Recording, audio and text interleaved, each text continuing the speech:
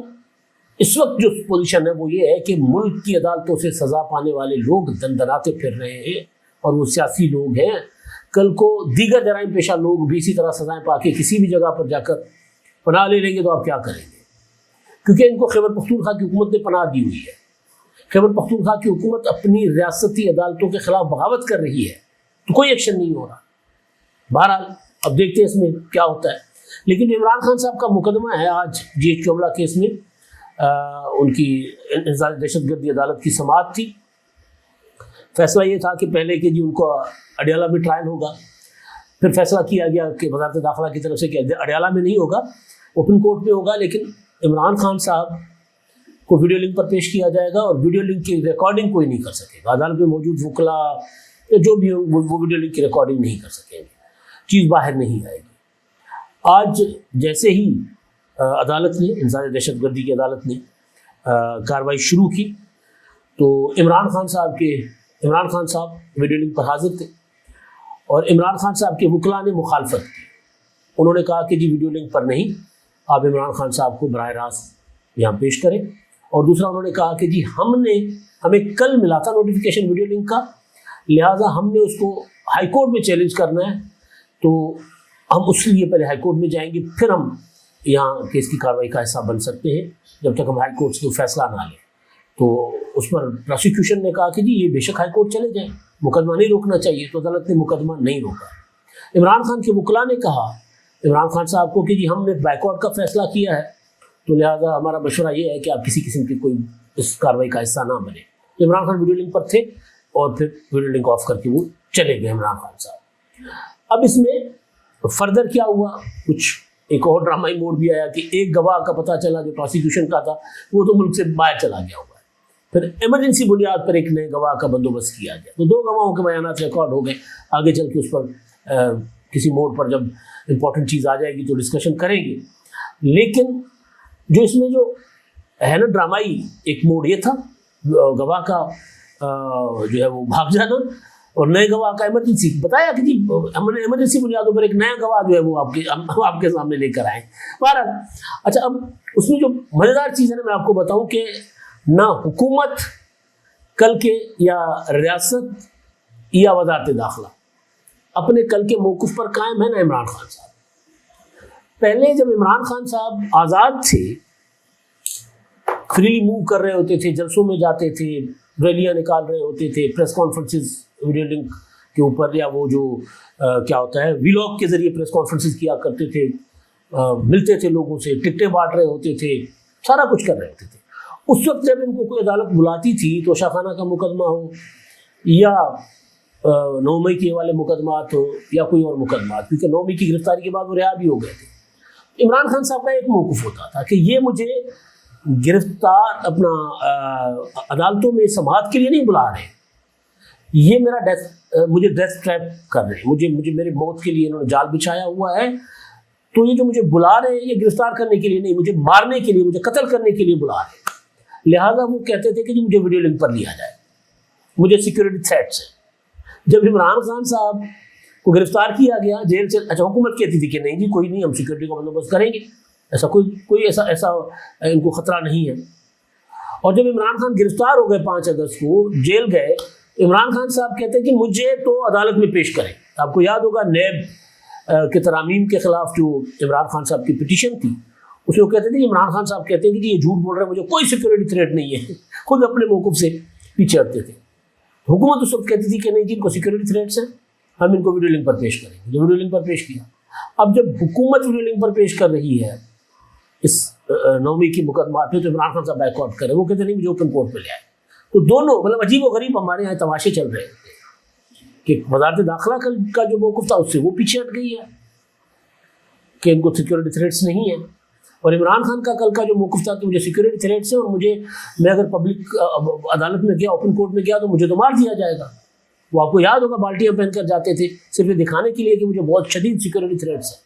بالٹیاں پہن کر جاتے تھے. اور وہ جس طرح سے وہ ایک سین کریٹ کرتے تھے، اپنا جگہ سائی کرتے تھے، اب وہ اس موقف سے ہٹ گیا ہوں. تو بہرحال دیکھتے ہیں. اب سوال جو میں نے شروع میں اٹھایا تھا وہ یہ تھا کہ جی کیا سزا سے بچ پائیں گے عمران خان صاحب؟ تو ابھی تک تو 9ویں کے مقدمات میں جو ٹرینڈ چلا آ رہا ہے وہ یہ ہے کہ جو ملزمان ڈیلیبریٹلی غیر حاضر ہوئے ان کو سزائیں ہوئی ہیں. عمر ایوب پیش نہیں ہوئے، ملک احمد محمد پیش نہیں ہوئے، سارے مفروری میں تھے اور سب کو سزائیں، شبلی فراز صاحب سب کو سزائیں ہوئی ہیں. اب عمران خان صاحب کو ویڈیو لنک پر موقع دیا جا رہا ہے، دوسری بار جبرن ویڈیو لنک آن رکھی جائے گی، عمران خان صاحب کو بٹھا لیا جائے گا کہ جی یہ سنیں فیصلہ. وکلا بے شک بائیک آؤٹ کرتے رہے، بے شک عدالتوں میں جائے،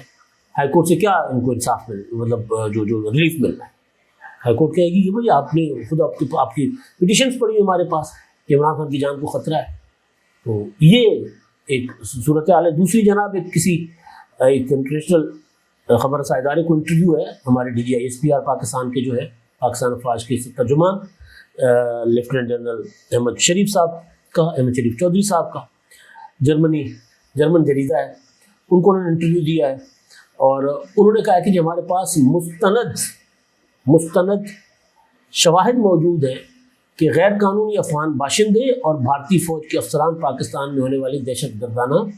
کارروائیوں میں ملوث ہیں. اور وزیر اعظم شہباز شریف صاحب نے چند دن پہلے جب وہ بنو گئے تھے فیلڈ مارشل کے ساتھ، تو وہاں پر انہوں نے کہا تھا کہ افغان طالبان حکومت جو ہے ان کو پاکستان اور طالبان دونوں میں سے یا خارجی اور پاکستان دونوں میں سے کسی ایک کا انتخاب کرنا ہوگا، چوائس کرنی ہوگی. تو پاکستان کا موقف بڑا کلیئر ہے، اور یہ کہ چاہے وہ اپنا دہشت گردی جو ہے وہ بھارت میں ہو، اپنا جو ہے اس میں بلوچستان میں ہو رہی ہو، وہاں پر بھی کہا جائے، وہاں پر تو ابھینندن نہیں بلکہ وہ کلبھوشن یادو وہ گرفتار ہوئے تھے اور افسر تھے. تو بلوچستان میں ہونے والی دہشت گردی میں بھی بھارت ملوث ہے. اور 6 مئی کی جنگ سے پہلے 22 اپریل کے پہلگام حملے کے بعد جس طرح بھارتی میڈیا یا وہ بھارتی فوج کے یا را کے جو ماؤتھ پیس تھے گورا واریہ جیسے، وہ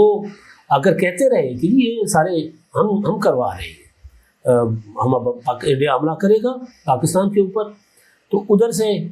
ہمارے اتحادی BNA والے حملہ کریں گے، ادھر سے TTP والے حملہ کریں گے، تو پاکستان کو سینڈوچ بنا دیں گے. اور اسی وجہ سے جب بھارت نے اپنا سفارتی مشن بھیجا تھا ششی تھرور والا، وہ ناکام ہو گیا تھا انٹرنیشنل فورم پر. انہوں نے دکھایا لوگوں نے کہ بھائی یہ دیکھیں، یہ تو آپ خود کہہ رہے ہیں کہ ہم ملوث ہیں پاکستان میں دہشت گردی میں، تو آپ کس طرح کہہ رہے ہیں کہ آپ دہشت گردی کا شکار ہیں؟ دہشت گردی کا شکار تو پاکستان ہے. اسی وجہ سے BLA ہو یا دیگر تنظیمیں ہو، ان کو انٹرنیشنلی دہشت گرد سمجھا جاتا ہے تنظیمیں، اور جن کو بھارت دہشت گرد ڈکلیئر کروانا چاہتا ہے ان کو نہیں سمجھا جاتا. یعنی ایک تو وہ کلعدم جماعتیں تھیں نا جو پاکستان میں بھی ہیں، جس کا ذکر لیفٹیننٹ جنرل احمد شریف صاحب کر رہے ہیں کہ جی یہاں کوئی جیش یا اس طرح کے جتھے اس طرح موجود نہیں ہیں. ظاہر ہے کسی زمانے میں ہوا کرتے تھے لیکن اب نہیں ہے. تو وہ یہ جو ان کا موقف ہے کہ جو افغان مہاجرین جو ہیں ان میں غیر قانونی طور پر جو آئے لوگ ہیں وہ ملوث ہیں دہشت گردی. اب یہ کڑیاں جوڑ رہے ہیں بھارت کے ساتھ. اسی بنیاد پر کہا گیا کہ جو غیر قانونی ہے وہ پاکستان میں حالات خراب کر رہے ہیں، غیر قانونی افغانی، لہٰذا ان کو پاکستان سے نکالنے کا، افغانستان واپس بھیجنے کا فیصلہ کیا گیا. اب اس فیصلے کی مخالفت کون کر رہا ہے؟ رج وج کے، گج وج کے. میں اس کے حق میں بالکل نہیں ہوں کہ افغانی جو پرامن طور پر یہاں پر رہتے ہیں پاکستان، جو کاروبار کرتے ہیں، کسی نہ کسی شکل میں پاکستان کی معیشت میں کنٹریبیوٹ کرتے ہیں، ان کو نہیں نکالا جانا چاہیے. ان کو وقت دینا چاہیے کہ جب تک ان کے ملک کے حالات ٹھیک ہوں وہ چلے جائیں. یا وہ افغانی جن کو خطرہ ہے اب خواتین ہیں، جس طرح وہ وہاں پر جو خواتین پڑھنا چاہتی ہیں، بچیاں جو پڑھنا چاہتی ہیں، ان کو تو ظاہر ہے دنیا قبول کر رہی کہ آئیں آپ ہمارے پاس ٹھہریں، قانونی طور پر وہ آ کر یہاں پر رہ سکتے ہیں۔ لیکن جو غیر قانونی طور پر یہ جو جتھوں کے جتھے آ کر سرحد پار کر کے آ کر بیٹھ جاتے ہیں، اور پھر وہ اسمگلنگ میں بھی ملوث ہیں، دہشت گردی میں بھی ملوث ہیں، کڈنیپنگ میں بھی ملوث ہیں، یہ جو اسٹریٹ کرائم میں بھی ملوث ہیں، منشیات اور اسلحہ فروشی میں بھی ملوث ہیں، ان کے خلاف تو ایکشن ہونا چاہیے۔ تو ایکشن سلیکٹو ہو رہا ہے۔ عمران خان صاحب اس کو پیش کرتے ہیں کہ جیسے سارے کے سارے افغانیوں کو یہاں سے نکالا جا رہا ہے، اور ریاست بار بار کہہ رہی ہے کہ نہیں بھائی، غیر قانونی جن کو ہم نے پناہ گزین کی حیثیت دی ہے، جو آئے ہیں، جو رجسٹرڈ ہیں، ان کو تو ہم نہیں نکال رہے۔ تو جب D G I S P R یہ کہے کہ ہم نے غیر قانونی افغانی جو ہے ان کے خلاف ہمارے پاس ثبوت ہے کہ وہ پاکستان میں دہشت گردی میں ملوث ہیں، اور دوسرے ثبوت جو ہے وہ ہیں بھارتی فوج کے افسران کے، یعنی نیکسس ہے، اور ان کو پولیٹیکلی سپورٹ کون دے رہا ہے یہاں پر؟ افغانوں کی حد تک عمران خان۔ ان کے پچھلے ایک ہفتے کے 10 دنوں کی جتنی بھی ان کی ملاقاتیں ہوئی ہیں، ایک مہینے کی، اس ہر ملاقات میں وہ کہتے ہیں کہ افغانیوں کو نہیں نکالنا چاہیے۔ وہ ہر ملاقات میں کہتے ہیں کہ جی پاکستان جو ہے وہ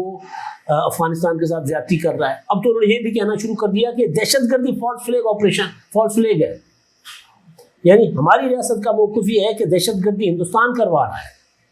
بذریعہ ٹی ٹی پی، بذریعہ بی ایل اے، بذریعہ دوسری جو کالعدم جماعتیں ہیں ان کے۔ عمران خان صاحب کہتے ہیں کہ نہیں، یہ دہشت گردی ہم خود کروا رہے ہیں، ہماری فوج خود کروا رہی ہے۔ عمران خان کہہ رہے ہیں نا۔ تو D G I S P R کا جو موقف اب سامنے آ رہا ہے، اس میں انہوں نے کافی ساری باتیں کی ہیں۔ اس میں انہوں نے کہا کہ جو بھارت میں دہشت گردی ہے، وہ اندر جو انتہا پسندی ہے مودی کی اور ہندوتوا کا نظریہ جو ہے، اس کی وجہ سے وہاں پر لوگ ریزسٹ کر رہے ہیں اس کے خلاف، اور بات بالکل ٹھیک ہے۔ وہاں پر کیا صرف اور صرف اس طرح کی کوئی ریزسٹنس ہے جو کشمیر میں ہے؟ وہاں پر تو کئی اور علاقوں میں، کئی اور ریاستوں میں ریزسٹنس چل رہی ہے، منی پورہ میں فسادات، مطلب آپ اگر ہر ریاست کا جائزہ لیں گے تو وہاں پر تو ریزسٹنس بڑی شدید آ رہی ہے مودی کے اگینسٹ۔ جہاں پہ ہندوتوا کے نظریے کی اکثریت ہے، وہاں پر انہوں نے کچل کے رکھا ہوا ہے بذریعہ دہشت گردی اپنے مخالفین کو، چاہے وہ مسلمان ہوں، چاہے وہ عیسائی ہوں، چاہے وہ سکھ ہوں، چاہے وہ اپنا ہندو، وہ ہندو جو مودی کے مخالف ہیں، ان کو کچل کے رکھا ہوں، مارتے ہیں روزانہ۔ یہ بات تو بالکل ٹھیک ہے۔ تو میں نے جو آغاز میں کہا کہ یہ عمران خان صاحب کے ساتھ جڑی ہیں دونوں چیزیں، مقدمہ، اس میں عمران خان صاحب 9 مئی ریاست کا جو اس کے اوپر موقف ہے واضح،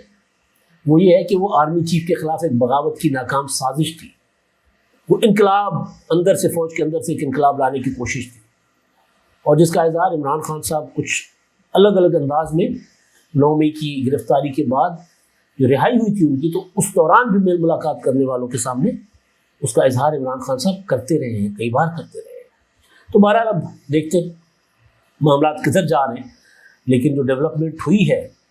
جس کا احساس سعودی اپنا پی ٹی آئی والوں کو بھی ہے، دیگر کو بھی ہے، سعودی اور پاکستان کے درمیان ہونے والا معاہدہ، اس کے بعد اگر عمران خان صاحب کو کہیں نہ کہیں کوئی نہ کوئی امید تھی کہ شاید کوئی ان کی آئے گا، اس مشکل میں کوئی کام آئے گا، ان کو نکالے گا، تو امکانات کم سے کم تر ہو گئے، اور ہر آئے دن عمران خان صاحب کی مشکلیں آسان ہونے کے امکانات کم ہو رہے ہیں، اور اس کی وجہ کوئی اور نہیں، عمران خان صاحب کو بھی ہے۔ اب تک کے لیے اتنا ہی۔